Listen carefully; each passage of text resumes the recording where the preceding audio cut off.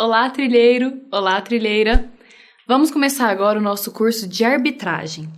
E antes da gente entrar realmente nas regras procedimentais que são trazidas na lei de arbitragem, é preciso que a gente aborde alguns conceitos relevantes, até para que a gente possa entender do que a lei está falando e do que a gente vai falar ao longo das próximas aulas. Primeiramente, a gente trouxe aqui o conceito de arbitragem do Carmona, que é uma referência no assunto no Brasil. E ele diz que a arbitragem é uma técnica para a solução de controvérsias através da intervenção de uma ou mais pessoas que recebem seus poderes de uma convenção privada, decidindo com base nessa convenção, sem qualquer intervenção do Estado, sendo a decisão destinada a assumir eficácia de sentença judicial. Ao longo do curso a gente vai entender melhor como funciona isso, de onde vem essa legitimidade para que o árbitro decida e por que não há ingerência estatal ou quando há é a mínima possível. Bom, o primeiro conceito importante para que a gente possa entender é que o que rege esse procedimento, o procedimento arbitral, é a autonomia da vontade das partes. Então é importante que os interessados, ou seja, aqueles que vão levar a sua causa, o seu problema, o seu conflito para uma arbitragem, é importante que eles sejam capazes civilmente de contratar, conforme vem disposto no artigo 851 do Código Civil, que eu aconselho que vocês deem uma olhadinha para compreender melhor. Mas enfim, os interessados eles têm que ter essa capacidade de falar, olha, estou entregando a uma pessoa, a um ente privado, o poder de solucionar, de decidir os rumos desse conflito que eu estou vivendo. O litígio em si, a condição do litígio, é de que ele seja relativo a direitos patrimoniais disponíveis, ou seja, que não se trate das vedações legais específicas, que são questões de Estado, questões de direito pessoal de família e de outras que não tenham caráter estritamente patrimonial, porque nesses casos, considera-se que a ingerência do Estado é importante para que sejam equilibradas, as condições, as situações das partes, e também para que o Estado possa ter uma atuação ali de fiscalização do que está sendo decidido. A autonomia da vontade das partes também envolve que as partes poderão dispor sobre o direito material e processual aplicável, ou seja, além de decidir sobre como será esse procedimento arbitral, as partes podem decidir, por exemplo, apesar de serem ambas brasileiras, que o que vai ser a regra que vai vigorar ali para que o árbitro decida, seja, por exemplo, o Código Civil italiano. Porque as partes elas têm essa mais ampla autonomia para decidir tanto em termos de direito processual, tanto quanto como o procedimento vai transcorrer, quais serão os prazos, etc., assim como o direito material aplicável. A sentença arbitral, ela poderá ser decidida, então, por equidade, ou seja, ela não precisa nem mesmo seguir uma legislação específica.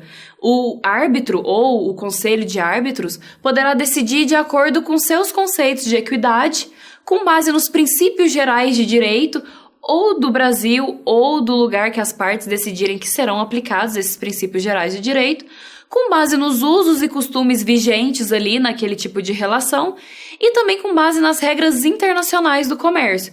Ou seja, perceba-se que há uma grande discricionariedade sobre como aquele árbitro vai decidir o caso concreto, e isso vem a partir da autonomia da vontade das partes. Então, as partes decidem como isso será feito pelo árbitro.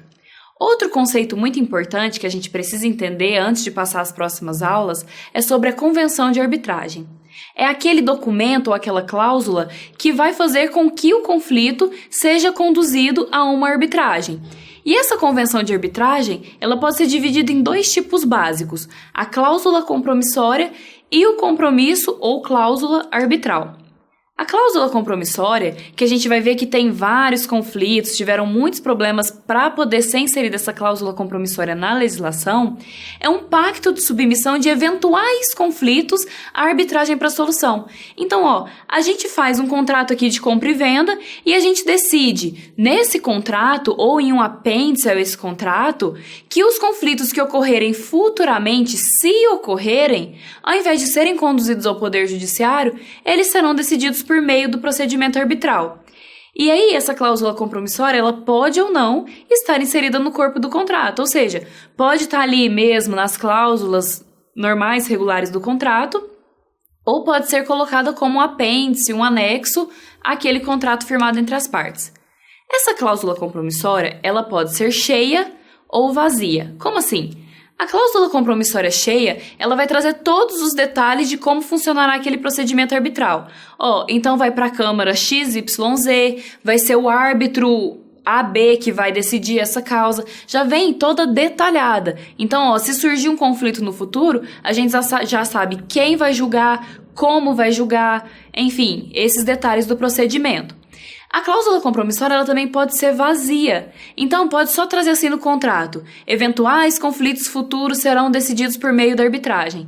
E aí, caso realmente venha a ser instaurado um processo arbitral, as partes decidem quem será o árbitro, qual será a câmara responsável, as regras do procedimento, entre outros detalhes. E aí, nesse caso, há a possibilidade de demanda no Poder Judiciário, porque caso as partes entre si não concordem, por exemplo, com quem será o árbitro que vai julgar aquele caso, aí sim pode ser levado ao Poder Judiciário, mas a atribuição do Poder Judiciário vai ser decidir o árbitro que vai julgar. Jamais o Poder Judiciário vai julgar o conflito em si, vai dar uma decisão daquele conflito. Justamente porque a cláusula compromissória, ela vincula as partes. Então, ficou decidido que eventual conflito decorrente daquele contrato vai ser decidido por arbitragem, então o conflito será decidido por arbitragem. Mesmo que o Poder Judiciário tenha que decidir quem será o árbitro, ou qual será o procedimento, ou qual será a câmara arbitral a qual será encaminhado aquele processo arbitral. A cláusula compromissória, ela é autônoma. Isso significa que um contrato viciado, ou seja, mesmo que o contrato seja nulo, por alguma razão, isso não implica em desconsiderar a cláusula.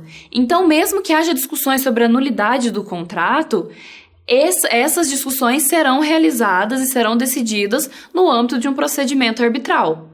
E aí, essa vinculação da cláusula compromissória e essa autonomia é tão forte que a discussão de nulidade do contrato, ela será discutida em sede arbitral. É o que a gente chama de princípio competens-competens ou princípio da competência-competência. Então, o árbitro, o tribunal arbitral, ele terá competência até mesmo para julgar se ele será competente ou não, em virtude da nulidade, para julgar aquele caso. A cláusula arbitral, por sua vez, ou o compromisso arbitral, trata-se de uma convenção de arbitragem pactuada após o surgimento do conflito. Isso significa que ela obrigatoriamente será cheia. Então, a cláusula arbitral, como ela já ocorreu, já aconteceu ali, o conflito, e aí as partes decidiram submeter esse conflito a um procedimento arbitral, essa cláusula arbitral ela deve trazer todos os detalhes de como funcionará aquele procedimento arbitral. A cláusula arbitral, ela poderá ser escalonada. E o que isso significa? É uma convenção de que o conflito será submetido primeiramente a um meio consensual e, se esse for infrutífero, ocorrerá a arbitragem. E aí nós temos dois tipos básicos dessa cláusula arbitral escalonada, que é a cláusula med-arb, que tem muita discussão na doutrina, porque imagine só, aquele árbitro que está ali julgando, que vai julgar aquele caso no final, ele conduziria a mediação, teoricamente. Só que as partes, elas sabem que aquela pessoa que está ali, aquele árbitro que está funcionando como mediador, se eles não conseguirem chegar a um acordo, esse árbitro ele vai julgar no final. E aí as partes elas podem ter tendência a guardar informações, a omitir informações, a não agir de forma verdadeiramente transparente com a outra parte, o que prejudica absurdamente eventuais negociações, porque negociações que não são pautadas na transparência dificilmente serão realmente frutíferas, porque não há como se aprofundar muito em uma questão se informações sobre aquela questão são omitidas. E aí, nesse caso, acabou-se surgindo a opção cláusula arb-med. E o que isso significa? Significa que aquele árbitro que também poderá funcionar como mediador, ele vai julgar o caso antes mesmo de ouvir as partes. Então, ele vai julgar aquele processo arbitral, aquele procedimento arbitral, antes de qualquer discussão das partes, só com base nas provas que elas apresentaram. O árbitro, ele faz aquela decisão, lacra ela e guarda. E aí ele conduz o procedimento de mediação. Caso esse procedimento de mediação não seja frutífero, já haverá transcorrido todo o procedimento arbitral, as provas, eventuais provas terão sido produzidas, terão sido juntadas, e aí o árbitro já vai ter julgado. Então, aquela mediação ela não será viciada por essa preocupação das partes de qual será o julgamento do árbitro com base no que elas falarem ao longo das negociações. É isso aí, pessoal. Na próxima aula, nós continuaremos aprofundando esse assunto. Muito obrigada!